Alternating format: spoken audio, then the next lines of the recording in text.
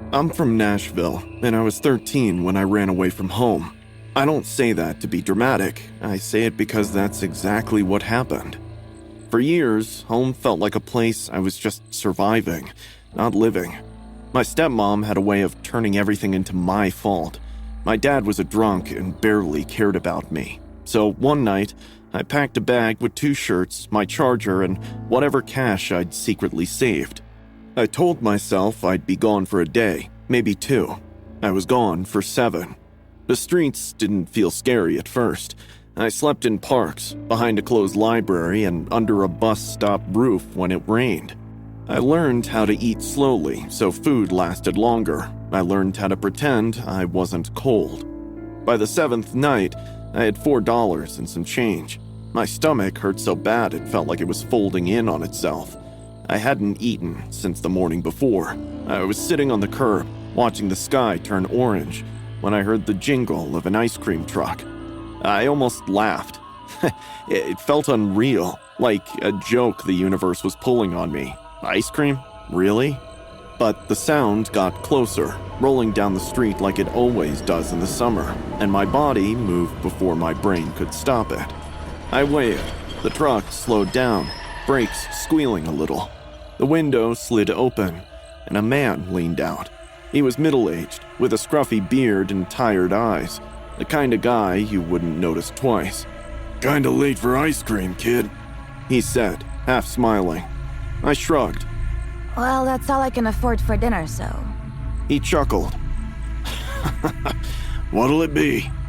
I picked the cheapest thing, vanilla. When he handed it to me, my hands were shaking so bad I almost dropped it.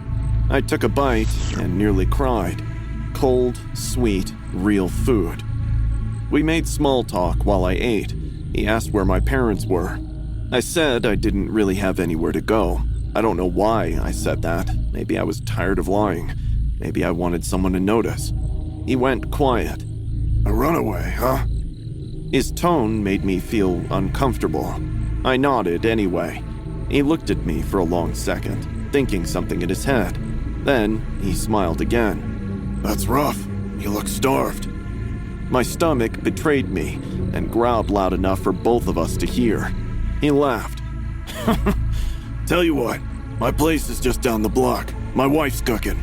Warm food, real food. You can crash for the night. No big deal."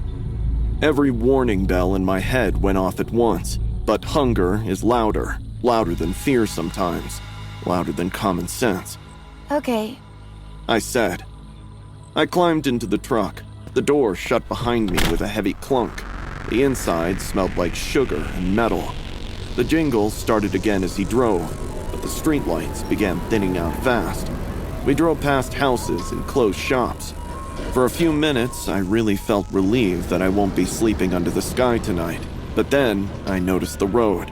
We weren't in town anymore. We were driving past the outskirts, and I could see construction signs. My heart started racing.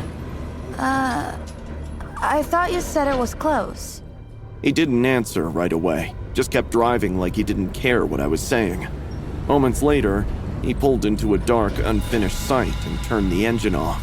He turned towards me and smiled. Not the tired smile from before. This one didn't reach his eyes. "I lied," he said. "I don't have a wife.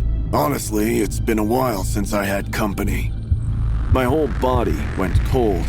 I reached for the door handle, but it wouldn't open. I yanked harder. Nothing. Hey, open the door, I said, my voice shaking. He leaned closer. I could smell his disgusting breath. "Relax. Don't be like that. You still need someone to warm you up, right?" Panic exploded in my chest. I screamed. I kicked the door. My hands were slipping, my throat burning, and my brain screaming. "You messed up. You messed up. You messed up." He tried to grab my face. I twisted away, crying, begging, words spilling out that didn't even sound like me. Just when he was about to take advantage of me, a beam of light cut through the window. A man dressed as a night watchman stood right outside my window, aiming his flashlight inside the truck. He yelled that this was a no parking zone and that the truck needs to be moved. The ice cream man froze. I saw fear and nervousness on his face. He swore under his breath, yanked the door open, and shoved me out. I fell on the ground hard. My shoulders scraped. My knees screamed with pain, but I didn't care. I was out. I was breathing air again. He was shocked and clueless, not realizing why a teenager was riding an ice cream truck at this late hour of the night. The truck sped off, tires spitting dirt, the jingle playing one last time like a sick joke. I crawled toward the guard, sobbed so hard I could barely talk. I told him everything. My words came out messy and broken, but he listened. He wrapped a jacket around me and called the cops. I reported the man by giving the cops description of his face as much as I could remember, but he was never caught. That night, I didn't go back to my dad's house. I specifically told the police to take it to a relative. My aunt took me under her wing after that incident. I have my own room, a lock on the door, and food in the fridge. I'm safer, but sometimes when I hear ice cream trucks pass by, I get triggered by the trauma of that night. Because hunger made me trust the wrong smile, and I don't think I'll ever forget that sound. I've been driving the same ice cream truck for so long that the streets feel like grooves worn into my palms. Same blocks, same potholes, same cheerful jingle that sounds a little too happy once the sun starts dropping. I tell people it's honest work. Truth is, most days it's just work. You smile, you scoop, you wave, and you move on.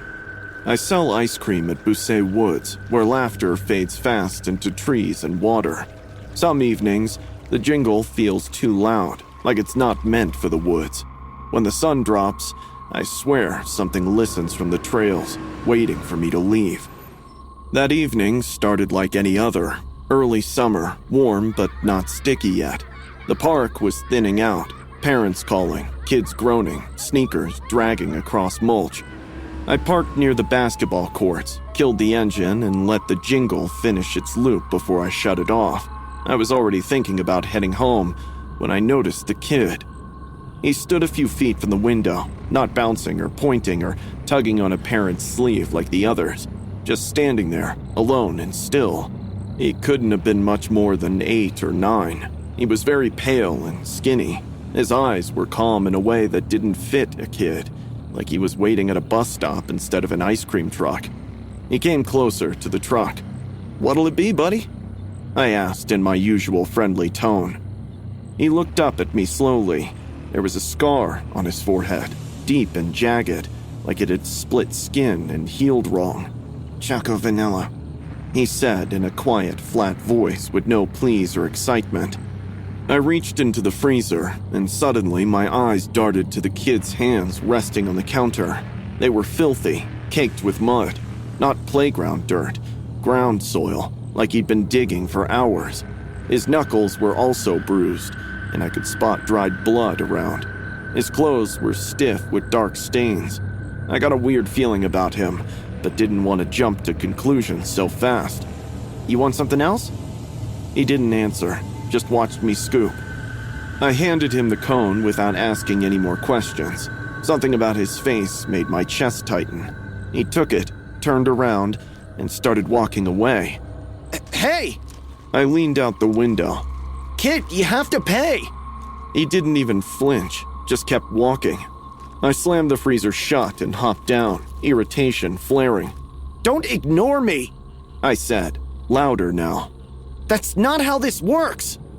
He was already halfway across the park. I followed, expecting him to bolt or laugh or do something normal. Instead, he walked at the same slow pace. No matter how fast I went, I couldn't close the gap. It was like the distance between us stayed fixed. At one point, I even wanted to turn around and let him have the ice cream, but my legs were out of control. It was like something magnetic in him pulled me towards him. I was following the kid, discarding my own free will. We entered the woods down the paved path that turned to dirt. Trees crowded in. The sounds of the park faded until all I could hear was my own breathing and the crunch of my boots. "Kid, this isn't funny," I called. "Come back!" He stopped. I stopped too. He turned around, and for the first time, he smiled. I've never seen anyone smile that wide, like he was baring teeth instead of grinning. My anger spiked. "This is funny to you? Stealing and running off?" He watched me for a few seconds, then ran straight into the woods. I chased him without thinking, branches slapping my arms, heart pounding. I caught glimpses of him between trees, small, fast, always just out of reach, until he ducked into an old cabin I didn't even know was back there. The place was rotting, half collapsed, with windows boarded up. I burst inside, chest heaving. "All right," I snapped. "Game's over."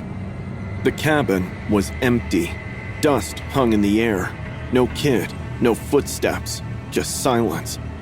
I took a step back, ready to leave, when the floorboard under me gave way. I dropped hard, catching myself on splintered wood. Beneath the boards was a shallow pit, and inside it, bones, human bones. A child's skeleton was wrapped in rags that matched the clothes I'd seen on that boy. My stomach flipped. I stared at the cracked skull, at the fracture running through the bone in the same place as the scar. All of a sudden, I heard a soft chuckle right behind me. I froze. Goosebumps exploded across my arms. "Who's there?" I whispered, even though I already knew. The air felt heavy, like the cabin was holding its breath. I turned slowly, and I saw the boy again. This time he was standing in the doorway, and he wasn't smiling anymore. He was crying. Tears streamed down his pale cheeks. "You found me. Please, tell Mommy I love her." My vision blurred like I was about to faint, and I closed my eyes for a second. When I opened them again, the boy was gone. I stood there alone for God knows how long, then finally called 911. The police came. They confirmed the remains belonged to 8-year-old Ryan, who went missing 3 years back. Later, it was confirmed that Ryan was killed by a blow to the skull. I stood with his parents throughout Ryan's funeral. His mom cried into my shirt. His dad gripped my hand like he might fall apart if he let go. That night, I dreamed of a boy standing in the woods, holding a melting cone, waiting. I still sell ice cream at that park, but I never saw Ryan again, and I hope that means he finally went home.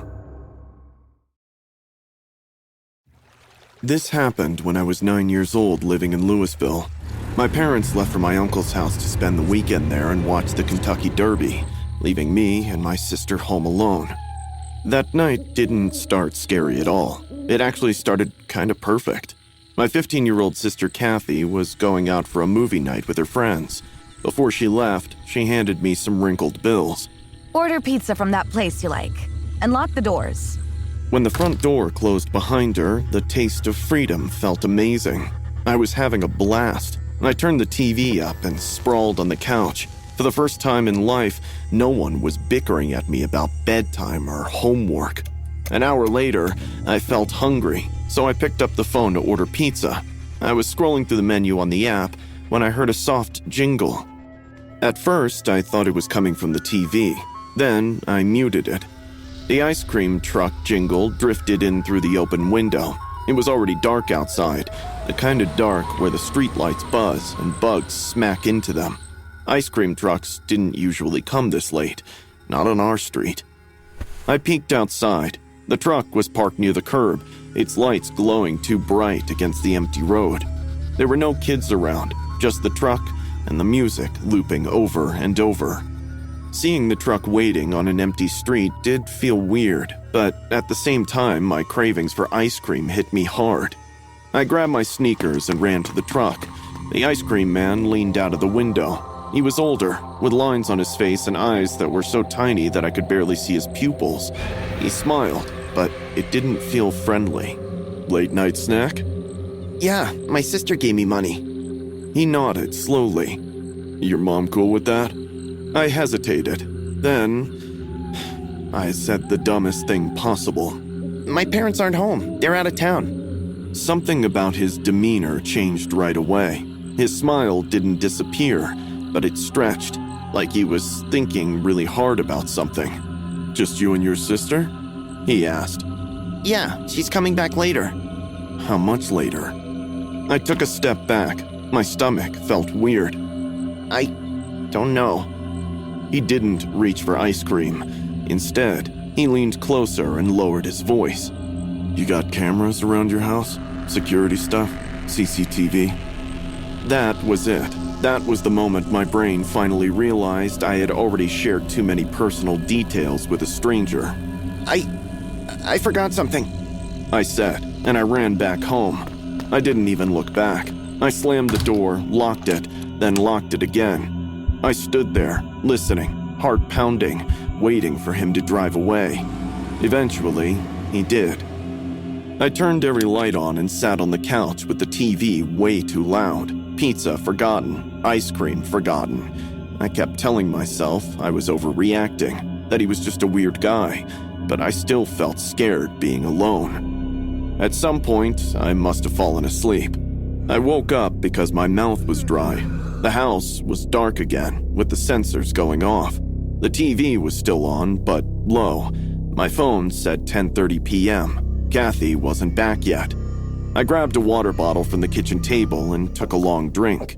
I was thinking of calling my sister, telling her to hurry back, when the cap slipped from my fingers. It rolled across the floor and disappeared under the dining table. I sighed in annoyance and walked towards the dining table.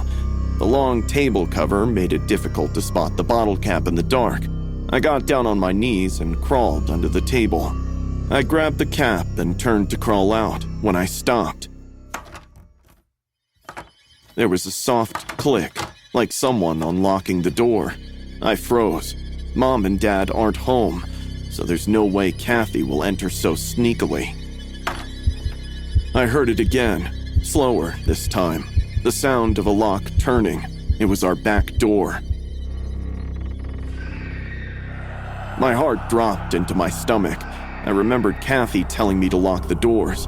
I remembered thinking I already had, but I forgot about the back door. I stayed under the table, holding the bottle cap so tight it hurt. My breathing sounded too loud in my ears. Heavy but careful footsteps entered the kitchen. Whoever it was didn't want to make much noise. The footsteps got louder, and I saw a pair of legs wearing big, dusty boots. They moved slowly across the floor. The person opened drawers, closed them. He walked into the living room and then into the hallway. He wasn't stealing anything. He was searching. My whole body started shaking. I bit down on my sleeve to keep from crying.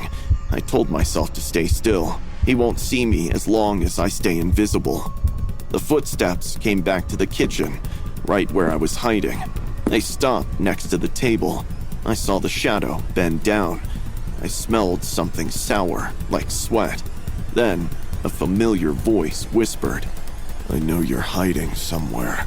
I'll find you. I thought I was going to pass out. My phone was on the couch, and there's no way I can call for help. If I scream, I'll be dead. I was praying to God to save me somehow when the front door opened. Gary, I'm home. Kathy called out to me. Everything happened at once. The man sprinted away. The back door slammed open and shut. Kathy ran in, yelling my name, and found me curled up under the table, crying so hard I couldn't breathe. She called 911 when I finally managed to tell her about an intruder and that ice cream truck guy. The police came and found footprints near the back fence. He left no fingerprints, though, which tells me he came with a plan. Nothing was stolen from our house. And this part still messes me up, because he didn't come for stuff. He came for me.